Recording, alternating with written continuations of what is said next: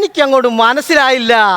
സ്വാമിയുടെ കൂടെ പഠിച്ച സുധാകരൻ ഇല്ലയോ? സ്വാമിയുടെ കൂടെ പഠിച്ച സുധാകരൻ? സ്വാമിയുടെ കൂടെ പഠിച്ച സുധാകരന്റെ ഭാര്യ ഞാന്. ഇപ്പൊ മനസ്സിലായി. സുധാകരൻ എന്തിയേ? അച്ഛനെ ഇന്നലെ പോലീസ് തൂക്കി. എത്ര കിലോ ഉണ്ടായിരുന്നു? അതല്ല, പോലീസ് പിടിച്ചോണ്ട് പോയെന്ന്. എന്തോത്തിന്? മിന്നാമിനിങ്ങനെ ചന്തി വെട്ടി LED ബൾബ് ആണെന്ന് പറഞ്ഞ മിറ്റ്. ആഹാ, അത് കൊള്ളാം. അതൊക്കെ പോട്ടെ, നിങ്ങളെ ആരാ ഇങ്ങോട്ട് പറഞ്ഞു വിട്ടേ? മേലെ പറമ്പിലെ ജയന. പറമ്പിലെ ജയറാമല്ലയോ? അതല്ലെന്ന് പറഞ്ഞ ആ മൈക്കാട് പണിക്കൊക്കെ പോകുന്ന ജയനില്ലയോ? അവൻ നന്ദിയുള്ളവനാ. അവന്റെ വീട്ടിലെ ശല്യം ഒരു ബാധ ഇല്ലാതെ ഞാൻ ഒഴിപ്പിച്ചു വിട്ടതാ. അതെങ്ങനെയായിരുന്നു സ്വാമി? അവന്റെ പെണ്ണുമ്പിള്ള പറഞ്ഞു നീ നിന്റെ വീട്ടിൽ പോയി നിൽക്കാൻ.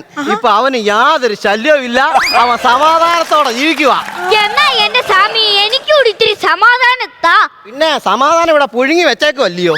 എന്റെ പൊന്ന് സ്വാമി, പഠിക്കാൻ പുസ്തകം എടുക്കുമ്പോഴത്തേക്കിനെ ഇവൻ ഉറങ്ങും. അപ്പം പിന്നെ പുസ്തകം എടുക്കാതിരുന്നാ പോരായോ? അപ്പൊ എനിക്ക് ഉറങ്ങുണ്ടായോ?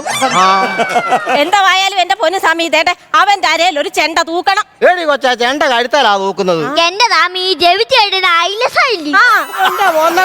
അത് ഏലസ്.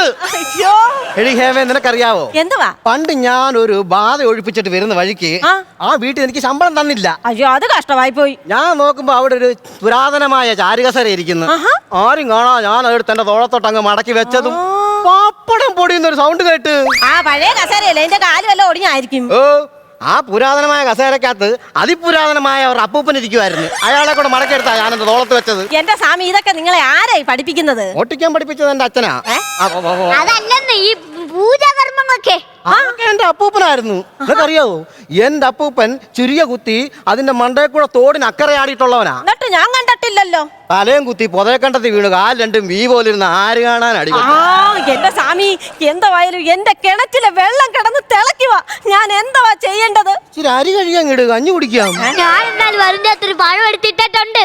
എടാ, അത് അമ്മാവന് കഴിക്കാൻ കൊടുത്ത പഴമല്ലായിരുന്നോടാ?